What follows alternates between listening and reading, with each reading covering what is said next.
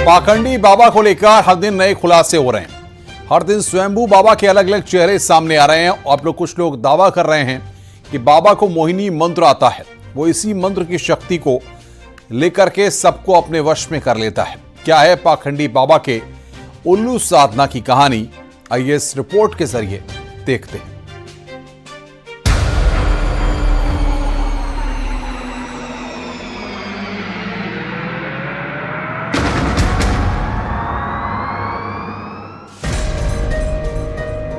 पाखंडी बाबा का मोहिनी मंत्र।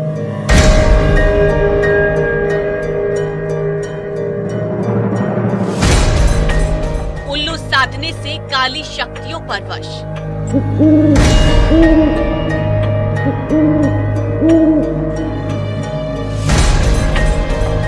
वशीकरण के खेल का माहिर खिलाड़ी।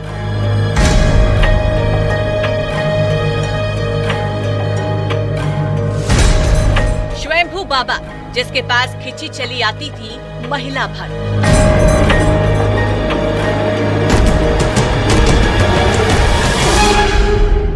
साल 2002 अमावस की रात।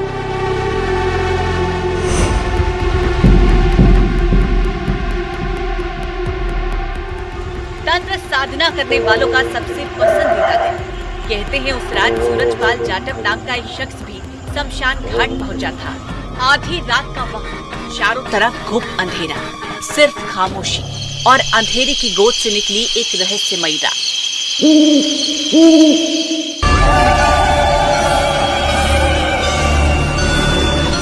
अंधेरे में दूर कहीं मंत्रोच्चारण की आवाजें आ रही थीं। अंधेरे को चीरती एक रोशनी आगरा वालों को दिखाई दे रही थी, लेकिन उस रात का सच कोई नहीं जानता सिवाय सूरजपाल जाटव के। ये कहानी है सूरजपाल के पाखंडी बाबा बनने की। यहाँ के लोग कहते हैं कि उल्लू की साधना कर बाबा ने काली शक्ति और मोहिनी मंत्र पर सिद्ध हासिल की है। सूरजपाल जाटव ने इन्हीं काली शक्तियों के माध्यम से दौलत और शोहरत हासिल की है, लेकिन दावा किया जाता है कि ये काली शक्तियां बलि मांगती हैं।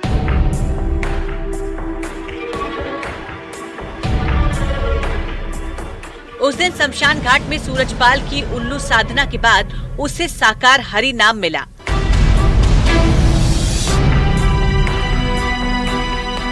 अब काली शक्तियां उसके कब्जे में थी। मोहिनी मंत्र से वो जिसे चाहता अपने वश में कर लेता। लोग कहते हैं कि इसी मंत्र की बदौलत उसने लोगों पर वशीकरण किया और महिलाएं, लड़कियां उसकी ओर खींची चली गईं।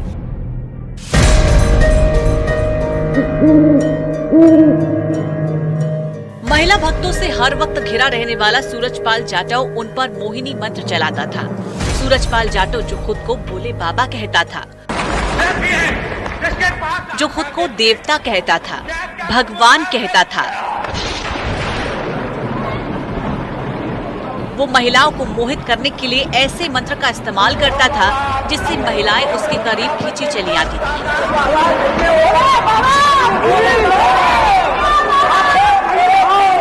दावा किया जा रहा है कि बाबा के पास एक ऐसा मोहिनी यंत्र है जिससे वो कम उम्र की लड़कियों को आकर्षित करने का ढोंग रचता था। इसी हथकंडे को उसने भक्त मोहिनी मंत्र का नाम दिया था। हालांकि कासगंज में सूरजपाल जाटव के मोहिनी मंत्र की अलग अलग कहानियां हैं।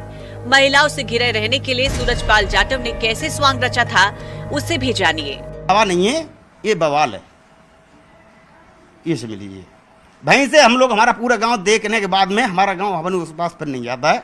फिर तो इन्होंने अपना आडंबर रच दिया है कि पैर में पद्म दिखाते हैं, कि उंगली में चक्र दिखाते हैं कि मैं विष्णु अवतार हूँ, कि मैं ये गांव भस्म कर दूंगा, कि वो गांव भस्म कर दूंगा। दबंगई दिखाते हैं। महिलाओं को मोहपाश में फंसाने के लिए सूरजपाल जाटव बाहर से लड़कियां बुलवाता था।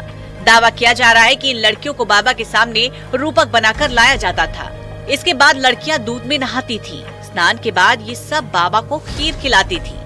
खीर चखने के बाद सूरजपाल जाटव लड़कियों के साथ झूम कर डांस करता था। रूपक बनकर आई लड़कियों को सूरजपाल जबरन डांस करवाता था।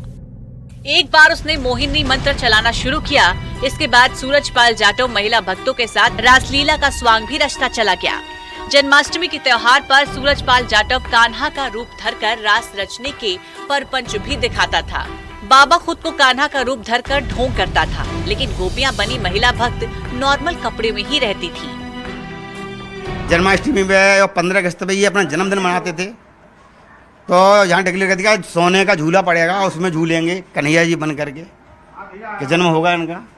वहाँ देखे तो भाई रस्सा पड़ा, अपन आराम से भाई झूल रहे हैं अपने, तो हमें तो देखे हम बच्चा बनाएंगे, बच्चे उन्हें बनेंगे। तो आदमी जेंट्स से नहीं मिलता था, लेडीज से एक पता नहीं सुंदर से सुंदर कहाँ से आती थी, तो ऐसे करके ऐसे चेहरे पर हाथ मिलाया करती थी वहाँ पे। हम तो ये देख करके बड़ा दुखी हो गया, हम अब जाना ही यहाँ बेकार है। सबसे डरावनी कहानी आश्रम से जुड़ी महिला भक्तों की है।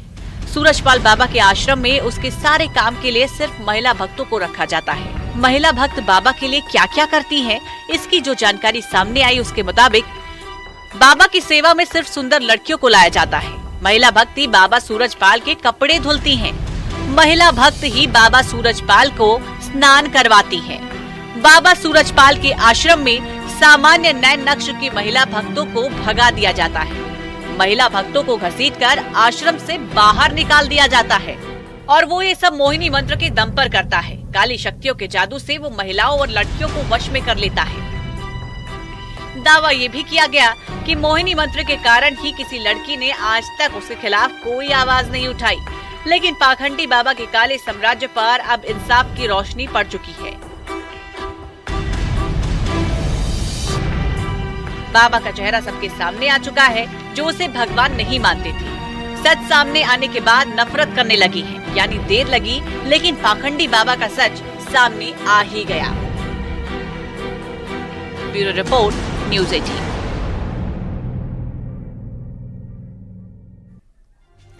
बाबा सूरजपाल की दुनिया जितनी रहस्यमयी थी, उससे भी ज्यादा रहस्यमयी उसकी आर्मी थी। जी हां, उसकी सेना में सिर्फ पुरुष ही नहीं बल्कि वर्दीधारी महिलाएं भी तैनात रहती थीं।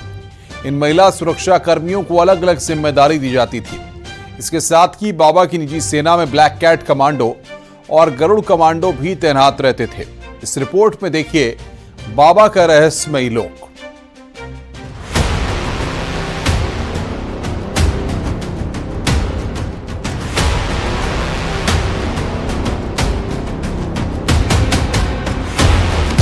बाबा के रहस्यमयी लोक की प्राइवेट आर्मी।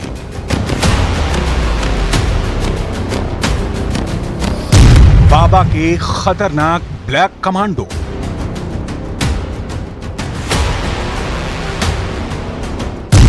बाबा की खास महिला सुरक्षा दस्ता।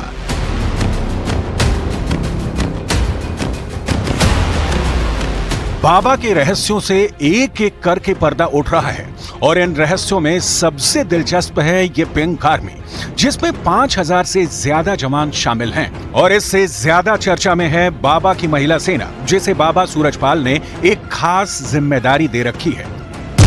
बाबा सूरजपाल के प्रवचन के दौरान महिला प्लाटून कमांडर की टुकड़ियां तैनात की जाती थी। इन महिलाओं को जल सेवा और सुरक्षा सेवा प्रमुख की जिम्मेदारी दी जाती थी। इन महिला कमांडरों की ड्यूटी की जगह भी तय रहती थी। इनको पुलिस की तरह बाकायदा बैज और आईडी कार्ड भी दिया जाता था। बाबा सूरजपाल के हर सत्संग में इन महिला कमांडो की फोर्स नजर आती थी। सत्संग को भी 3 लेयर सिक्योरिटी में इस महिला प्लाटून कमांडर की टुकड़ियों का अहम रोल होता था। जब भी बाबा अपने प्रवचन के लिए सत्संग स्थल पर जाते थे, तब उनके आगे पीछे कुछ टुकड़ियां चलती थी जिनको अलग अलग नामों से जाना जाता था। हम आपको ऐसे एक्सक्लूसिव दस्तावेज दिखाएंगे जो बाबा से जुड़े हुए हैं, जो यही कथा स्थल के पास में पाए गए हैं। मैं आपको दिखाऊंगा कि आप देख सकते हैं कि ये एक कार्ड है जिस पर जल सेवा लिखा हुआ है। ये कार्ड पुष्पा का है, पुष्पा, और जो कि मथुरा की रहने वाली हैं। ये नारायणी सेना की कार्ड है, नारायणी सेना से जुड़ी हुई महिला हैं। और भी मैं आपको ऐसे कई अहम कार्ड दिखाऊंगा जो बाबा की सेना में रहते थे। ये आप देख सकते हैं, ये कार्ड है जिस पर लिखा हुआ है सुरक्षा सेना। ये बाबा की सुरक्षा सेना में तैनात मीरा देवी का कार्ड है जो कि हाथरस का है। ऐसे कई अहम दस्तावेज न्यूज 18 के हाथ में लगे हैं। न्यूज 18 अपने करोड़ों दर्शकों को दिखा रहा है कि आप देख सकते हैं ऐसे कई कार्ड हैं यहाँ पर। जो ये कार्ड आप देख सकते हैं, ये जल सेवा का कार्ड है। जो जल की सेवा कार्यक्रम में आए जितने भी भक्त थे, जो बाबा के प्रवचन सुनने आते थे, उनकी सेवा में लगे हुए जो भी लोग थे, उनको बाकायदा कार्ड बनाए जाते थे जो कि आप देख सकते हैं जल सेवा, सेवादार का पहचान पत्र।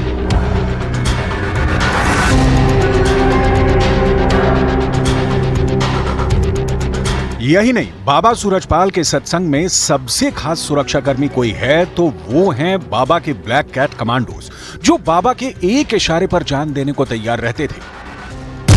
बाबा सूरजपाल की प्राइवेट आर्मी में नारायणी सेना, हरिवाहक और गरुण योद्धा नाम की 3 टुकड़ियां हैं। बताया जाता है कि नारायणी सेना के सुरक्षा गार्ड गुलाबी रंग की ड्रेस पहनते हैं, हरिवाहक दस्ते के सुरक्षा गार्ड भूरे रंग की ड्रेस पहनते हैं, जबकि गरुण सेना काली ड्रेस पहनती है। इन्हें ही ब्लैक कमांडो कहा जाता है। सबसे बाहरी सुरक्षा पिंक आर्मी करती है, फिर हरिवाहक दस्ता होता है। बाबा के सबसे करीब गरुण योद्धा यानी ब्लैक कमांडो रहते हैं। बाबा की नारायणी सेना यानी पिंक आर्मी में 5000 लोगों की तैनाती होती है। वहीं हरिवाहक सेना की टुकड़ी में 25 से 30 सिक्योरिटी अधिकारी होते हैं। इसके साथ ही गरुण योद्धा यानी ब्लैक कैट कमांडो की संख्या 100 होती है। जिस तरह से आर्मी में कई बटालियन बनाई जाती है, कई प्लाटून बनाई जाती है, इसी तरह से बाबा की सुरक्षा में भी प्लाटून बनाई जाती थी, जो कि उनकी सुरक्षा में आगे पीछे लगती थी। Black commando, Garud commando, Narayani Sena, ऐसे कई नामों से बाबा की सुरक्षा में तैनात जो लोग लगाए जाते थे, उनको ये कैडर दिया जाता था। अब हम आपको दिखाएंगे, ये एक पेपर है, इस पर साफ तौर से आप देख सकते हैं नारायण सरकार का नाम लिखा हुआ है सदा, और ये प्लाटून नंबर 1 है, प्लाटून नंबर 1 सेक्शन 1। इस पे इन सभी के नाम हैं जो बाबा की प्लाटून नंबर 1 में लगे हुए थे, और सेक्शन 1 है। ऐसी कई तरह से, और नीचे भी आप देख सकते हैं, इस पे साफ तौर से दिख रहा है प्लाटून नंबर 1 और सेक्शन 2। आप देख सकते हैं कि सेक्शन 1 में लगभग 11 लोग हैं। 11 लोगों का नाम, उनके पिता का नाम और उनका पता और उनके मोबाइल नंबर और सेवा, जहां उनकी सेवा लगी हुई है बाकायदा, उसमें साफ तौर से देख रहे हैं आपकी पूरा समीक्षा रिपोर्ट भी है। इसमें कुसुम देवी ने इस पूरे की समीक्षा की है और उसके बाद ये कागज तैयार किया गया है। बाबा की आर्मी में उनके अनुयायियों को ही शामिल किया जाता है। उनकी प्राइवेट आर्मी में 18 से 40 साल के युवक ज्यादा होते हैं। इन्हें ड्रेस दी जाती है, जिसके साथ में सीटी और डंडा भी होता है। बाबा की सुरक्षा 3 लेयर सिक्योरिटी में सबसे करीब कमांडो रहते हैं, और बाबा की सुरक्षा और सत्संग में तैनात उसकी निजी सेना के जवान भीड़ को अपने कंट्रोल में रखते थे। यहाँ तक कि सत्संग का वीडियो भी बनाने से लोगों को रोकते थे। जैसे कि भगवान कृष्ण ने अपने हाथ में सुदर्शन चक्र उठाया था, ऐसे ही बाबा का ये एक लोगो है, आप साफ देख सकते हैं कि जिस पे पीछे लिखा हुआ है सुदर्शन चक्र उंगली पर छपा हुआ है। ऐसे अहम कागज, अहम कार्ड यहाँ पर पड़े हुए हैं, आप देख सकते हैं। ये ताराचंद का कार्ड है, जो जिला मुख्य सेवादार हैं, जो बाबा की सुरक्षा में लगे हुए थे। और आप देख सकते हैं कि इस पे साफ तौर से लिखा है नारायण सरकार हरि की संपूर्ण ब्रह्मांड में सदा सदा के लिए जय जयकार हो, और उंगली पर सुदर्शन चक्र का लोगो है, जो कि बाबा का बताया जाता है। ये सुरक्षा सेवा में लगी हुई गुड्डी देवी है, ये उनका पहचान पत्र है।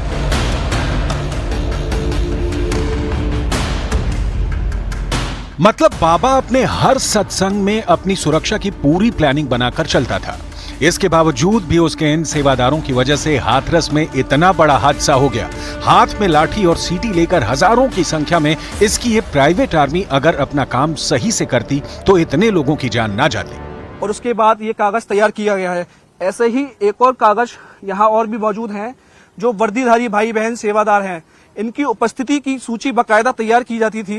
ये पूरे परफॉर्मा बाबा की सुरक्षा में लगने वाले उन सेवादारों के हैं, उन सुरक्षा कर्मियों के हैं, जिनकी सूची ये पूरी तरह से तैयार बाबा के लोग करते थे। आप देख सकते हैं वर्दीधारी भाई बहन सेवादार उपस्थिति सूची, जितने लोग उपस्थित होते थे उनके नाम के आगे ए लगता था, पी लगता था। आप देख सकते हैं साफ तौर से उनका नाम, बल्दियत क्रमांक और उसकी पूरी बाकायदा कई महीनों से इसकी पूरी तैयारी की गई थी। यानी सत्संग से जुड़ी हर सुरक्षा की जिम्मेदारी ये प्राइवेट आर्मी करती थी। यही नहीं, बताया ये जा रहा है कि भगदड़ के वक्त बाबा को सुरक्षित निकाल कर ले जाने वाली यही प्राइवेट आर्मी थी।